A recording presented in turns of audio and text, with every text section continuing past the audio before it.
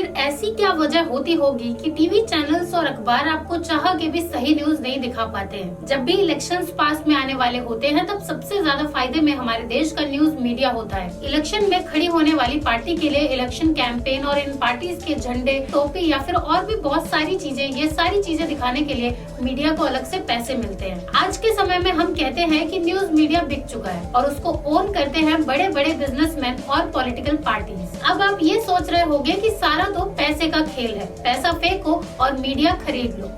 लेकिन ऐसा तो है नहीं कि सिर्फ एक ही पॉलिटिकल पार्टी के पास पैसा है। पैसा तो हर गवर्नमेंट और हर पॉलिटिकल पार्टी के पास है। तो अगर सिर्फ पैसे से काम हो जाता तो हर एक पॉलिटिकल पार्टी का अपना खुद का एक न्यूज चैनल होता, लेकिन ऐसा नहीं है। आमतौर पर हम जो न्यूज एंकर होते हैं उनको गाली देकर, उल्टा सीधा बोलकर अपने आप को दिलासा दे लेते हैं, लेकिन ये लोग तो बस वहाँ के कर्मचारी हैं जिनके हाथ में कुछ नहीं होता है। असली कहानी तो कुछ और ही है जिसके बारे में ज्यादा बात नहीं होती है। इन सारी चीजों को समझने के लिए हमें इस पूरी प्रक्रिया को समझना बहुत जरूरी है। मुख्य तौर पर जो जानकारी हमारे पास आती है उसका जरिया न्यूज़पेपर्स, टीवी चैनल्स और न्यूज एजेंसीज ही होती है। और भी कई तरीके हैं जैसे मैगजीन, सोशल मीडिया या फिर रेडियो, लेकिन देश का मेनली जो ऑथेंटिक माना जाता है वो इन्हीं तीन चीजों से मिलकर बनता है और पॉलिटिकल पार्टी भी इन तीनों चीजों को कंट्रोल करना चाहती है। अब आप न्यूज़पेपर और टीवी न्यूज चैनल के बारे में तो अच्छे से जानते हैं, लेकिन न्यूज एजेंसीज थोड़ा कम सुनने में आता है। न्यूज एजेंसीज काफी बड़े लेवल पे काम करती है और न्यूज निकालती है और उस न्यूज को न्यूज़पेपर और न्यूज चैनल तक भेजने का काम करती है। यहाँ तक कि सरकारी न्यूज चैनल भी ज्यादातर इसी न्यूज एजेंसी से न्यूज लेने का काम करते हैं। न्यूज एजेंसी का जो स्ट्रक्चर है वो भी काफी बड़े तरीके से डिजाइन किया है। इनके ऑफिस और रिपोर्टर्स पूरी दुनिया में होते हैं। इंडिया की न्यूज एजेंसी की बात करें तो वो है पीटीआई यानी प्रेस ट्रस्ट ऑफ इंडिया, जिसकी अपनी खुद की सैटेलाइट है, और एएनआई यानी एशियन न्यूज इंटरनेशनल, और यूएनआई यानी United news of India. Government news channels जैसे डीडी न्यूज और कई मशहूर चैनल्स और न्यूज़पेपर्स जैसे times of India, NDTV, the Indian express, ये सब पीटीआई को सब्सक्राइब करते हैं। न्यूज एजेंसीज न्यूज निकालती हैं और अपने सब्सक्राइबर्स को बेचती हैं। इनके सब्सक्राइबर्स की लिस्ट में गवर्नमेंट से लेकर बड़े बड़े न्यूज़पेपर और टीवी चैनल आते हैं। टीवी न्यूज चैनल्स अपने बजट के हिसाब से रिपोर्टर्स रखते हैं जिनको वो पेमेंट दे सके। बाकी न्यूज वो न्यूज एजेंसी से खरीद लेते हैं। जैसे अक्सर आप सुनते होंगे कि एजेंसी के हवाले से खबर आ रही है, जैसे कई बार न्यूज चैनल्स या न्यूज़पेपर में उस पर्टिकुलर न्यूज चैनल या न्यूज़पेपर के लोगों के साथ एएनआई या फिर पीटीआई का लोगो भी लगा होता है। वो खबर इसी न्यूज एजेंसी की होती है जो उसने टीवी चैनल को बेची है। तो अगर किसी को पूरे देश की राय पे कंट्रोल करना है तो न्यूज एजेंसीज, न्यूज़पेपर और टीवी चैनल तीनों पे कंट्रोल करना होगा। ये तीनों अगर चाहें तो लोगों को सरकार के सपोर्ट या फिर विरोध में खड़ा करने की पावर रखती है, क्योंकि आम जनता तो खुद हर लोकेशन पे जाके जानकारी की कंफर्मेशन नहीं लेती है कि ये सच है या फिर झूठ। वो तो इन्हीं सबके द्वारा जो बताया जाता है उसी पर विश्वास करती है। न्यूज मीडिया किसी भी देश के लिए सबसे इम्पोर्टेंट चीज होती है, इसीलिए इसको फोर्थ पिलर ऑफ डेमोक्रेसी भी बोला जाता है। जब एक पॉलिटिकल पार्टी न्यूज मीडिया को कंट्रोल कर लेती है तब वो मीडिया के थ्रू लोगों को वो चीज भी सीधा सीधा समझा पाती है जो वो खुलेआम नहीं कह पाती। आप जब भी किसी पार्टी या उसके कैंडिडेट को वोट देते हो तो वो आप मीडिया द्वारा अवेलेबल जानकारी के तौर पर ही देते हो। आप खुद तो हर पार्टी के कैंडिडेट के बारे में इन्वेस्टिगेशन नहीं करते।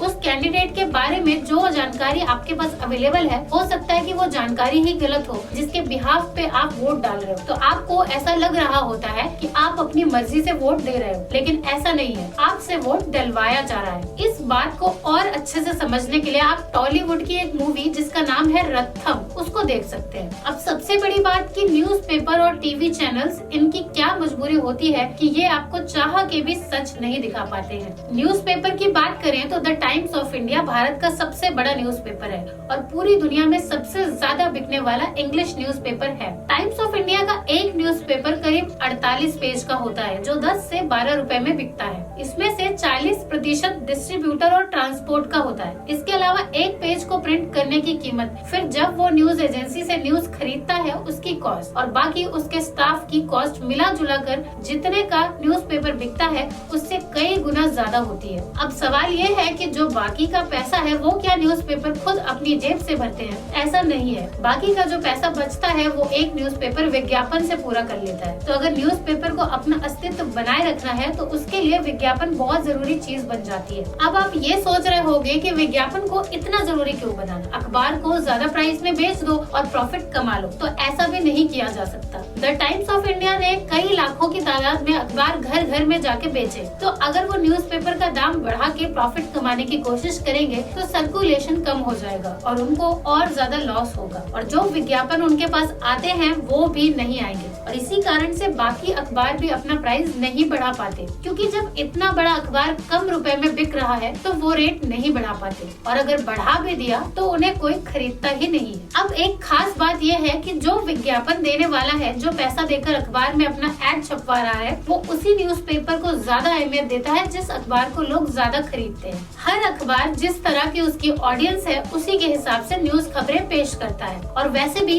ये जो 10 से 12 रुपए का अखबार है सुनने में भले ही कम लगे, लेकिन एक गरीब और पिछड़े इलाकों के लोगों के लिए ये रुपए भी बहुत ज्यादा होते हैं। तो न्यूज़पेपर एक प्रोडक्ट बन जाता है जिसकी ऑडियंस गरीब लोग नहीं है बल्कि विशेष लोग हैं जो न्यूज़पेपर खरीद सकते हैं। इसीलिए न्यूज़पेपर के अंदर जो न्यूज होती है जैसे कि एंटरटेनमेंट या स्पोर्ट्स, सेलिब्रिटी, बिजनेस, सारी न्यूज प्रिविलेज रीडर्स के लिए ही होती है और देश की जो बड़ी गरीब आबादी है वो पूरी तरीके से अखबार की खबरों से वंचित रह जाती है। बड़े बड़े शहरों में अगर 1 घंटे भी बारिश हो जाए उस पर घंटों न्यूज चलती रहती है, लेकिन छोटे छोटे गाँव में अगर बाढ़ भी आ जाए, पूरा गाँव डूब भी जाए तो कोई नहीं पूछता। द टाइम्स ऑफ इंडिया और द हिंदू जैसे बड़े बड़े अखबारों की बात करें तो उनका सालाना प्रॉफिट लागत से कई गुना कम होता है। इससे ज्यादा तो छोटे मोटे रोजमर्रा का सामान बनाने वाली कंपनियां कमा लेती हैं। इतने बड़े अखबार जो किसी भी मुद्दे पे देश की राय डिसाइड करते हैं उतना मुनाफा नहीं कमा रहे। तो ऐसे में इनको कंट्रोल करना छोटे मोटे पॉलिटिशियन और बिजनेस के लिए भी बहुत आसान हो जाता है। अब आप ये भी कह सकते हो कि ये तो पूरा बिजनेस है, ये सारे तो पॉलिटिकल पार्टीज और बिजनेसमैन के इशारे पर ही काम करते हैं। अब देखिए अखबार तो फिर भी काफी हद तक कमा लेता है, लेकिन टीवी न्यूज चैनल्स का तो इससे भी बहुत बुरा हाल है। आपके टीवी सर्विस प्रोवाइडर की वेबसाइट पर मंथली चैनल सब्सक्रिप्शन की रेट लिखी होती है, उस पर थोड़ा गौर कीजिएगा। आधे से ज्यादा न्यूज चैनल तो फ्री में चल रहे हैं और जो बाकी है वो 1 से 2 रुपए मंथली चार्ज लेते हैं। ये बाकी एंटरटेनमेंट चैनल्स के मुकाबले काफी कम है और इसीलिए विज्ञापन भी ज्यादातर एंटरटेनमेंट चैनल्स ही ले जाते हैं। अब मेनली एक न्यूज चैनल चलाने में करोड़ों रुपए लगते हैं, लेकिन सिर्फ सब्सक्रिप्शन से इनकी कमाई पूरी नहीं हो पाती और टीवी एडवर्टीजमेंट होते हैं वो भी व्यूअरशिप की वजह से एंटरटेनमेंट और स्पोर्ट्स चैनल ले जाते हैं। इसके बाद भी अगर एक न्यूज चैनल गरीबों के या फिर आम लोगों के मुद्दे दिखाएगा तो उसकी व्यूअरशिप और कम हो जाएगी। इसलिए मसाला, मिस्ट्री और हॉरर से जुड़ी हुई न्यूज दिखाकर वो व्यूअरशिप बढ़ाने की कोशिश करता है। अखबार हो या फिर टीवी चैनल, सबको अपना अस्तित्व बनाए रखने के लिए विज्ञापन को बहुत जरूरी बनाना पड़ता है और इंडिया के अंदर सबसे बड़ा विज्ञापन करता है सेंट्रल और स्टेट की सरकार अपने हजारों स्कीम्स, ऑफर्स, डिपार्टमेंट और प्रोजेक्ट्स किसी कंपनी को प्रमोट करने के लिए देती है, जैसे गवर्नमेंट टूरिज्म योजनाएं वगैरह। और बहुत सारे वो विज्ञापन होते हैं जो पॉलिटिकल पार्टी चुनाव के टाइम पर कंपनियों या चैनल्स को देती है। इससे हमने भले ही लास्ट लोकसभा इलेक्शंस में 60,000 करोड़ से ज्यादा खर्च किया हो, पूरे वर्ल्ड में इलेक्शन में सबसे ज्यादा पैसा खर्च होता है, तो इससे ये समझ आता है कि सरकार चैनल्स और अखबारों की सबसे बड़ी ग्राहक है और प्रॉफिट कमाने का जरिया भी। और फिर जब इलेक्शंस पास में आने वाले होते हैं तो सारे न्यूज मीडिया वाले सही से रिपोर्टिंग करें, इसके लिए सरकार विज्ञापन के लिए पैसे बढ़ा देती है। जैसे इससे पिछले इलेक्शंस जब पास आने वाले थे तब विज्ञापन के लिए जो पैसे दिए जाते थे उनकी रेट को बढ़ा दिया गया था। ऐसे ही इस साल जब इलेक्शंस आएंगे तो फिर से ये रेट बढ़ा दी जाएगी। ये एक अच्छा मौका होता है प्रॉफिट कमाने का। अब सबसे बड़ी बात, कभी कभी जब रूलिंग पार्टी के अगेंस्ट खबर दिखाई जाती है तो उस चैनल या अखबार के एडिटर को कोर्ट के चक्कर लगाने पड़ते हैं। मान लीजिए आप पढ़ाई लिखाई करके एक न्यूज चैनल ज्वाइन करते हैं और कहते हैं कि हम सच्चाई पे काम करेंगे, सारी जानकारी का पर्दाफाश करेंगे। अगले ही दिन आपको वो न्यूज चैनल बाहर निकाल देंगे और फिर जो न्यूज चैनल रूलिंग गवर्नमेंट के होते हैं, प्राइवेट कंपनी भी उनको विज्ञापन देने से बचती है ताकि वो सरकार के अगेंस्ट ना हो जाए। अच्छा, ये जो विज्ञापन का पूरा गेम है इसमें कभी कभी ऐसा भी होता है कि गवर्नमेंट को उल्टा फंसा भी दिया जाता है उनके ही कार्यकर्ता द्वारा, ज्यादा पैसा बनाने के लिए या फिर दूसरी पार्टीज के कार्यकर्ताओं द्वारा। अब कई बार ऐसा भी होता है कि न्यूज़पेपर्स या फिर टीवी चैनल्स विज्ञापन के थ्रू भी सरकार, पॉलिटिकल पार्टीज या फिर बिजनेसमैन के अगेंस्ट न्यूज दिखाते हैं, उनके खिलाफ बैक टू बैक डिफेमेशन के केस किए जाते हैं, जिससे वे हैरेस हो जाएं और ज्यादा ना लिख पाए। और फिर ये केस अलग अलग जगह से किए जाते हैं, जिससे लॉयर ढूंढने में उसे दिक्कत आती है। उसके बाद मानहानि का जो प्राइस होता है वो भी बहुत ज्यादा अमाउंट में होता है। अब रूल के हिसाब से जितने का आप केस करोगे उसका 1% आपको कोर्ट के अंदर जमा करना पड़ता है। आप केस जीतो या हारो उससे कोई फर्क नहीं पड़ता। ज्यादातर मानहानि के केसेस गुजरात के अंदर से किए जाते हैं, क्योंकि पूरे इंडिया में गुजरात एक ऐसी जगह है जहाँ पे मैक्सिमम फीस जो आप मानहानि के लिए कर सकते हो वो 75,000 रूपए है। मतलब कि आप 10,000 का भी डिफॉर्मेशन केस कर सकते हैं, बस आपको 75,000 जमा करने होते हैं।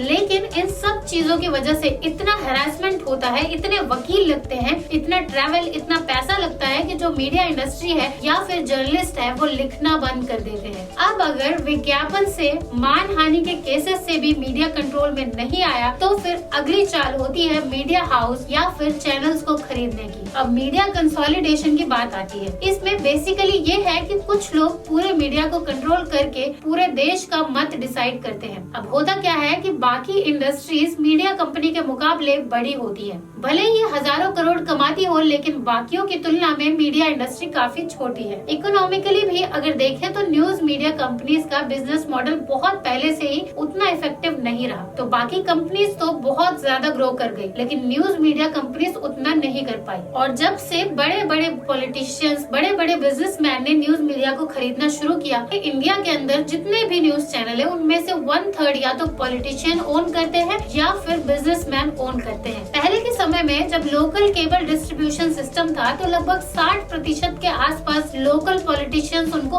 ओन करते थे। ये लोग किसी एनजीओ या समाज के लिए आवाज उठाने वाली कंपनी को खरीदे ना खरीदे, लेकिन न्यूज मीडिया कंपनी में इनकी बहुत रुचि रहती है। इसकी डिटेल इन्फॉर्मेशन आपको आराम से गूगल या फिर और सर्च इंजन से मिल जाएगी कि कौन सा पॉलिटिशियन या कौन सा बिजनेसमैन किस चैनल या अखबार का मालिक है। तो ये सारे पॉइंट्स थे जो हमने आपको बताए कि क्यों आप तक सही जानकारी नहीं पहुंच पाती है। अगर कोई पॉइंट रह गया हो तो आप कमेंट करके बता सकते हैं। आपके लिए ये सिर्फ एक क्लिक बराबर है, लेकिन हमारे लिए बहुत बड़ी मोटिवेशन है। धन्यवाद।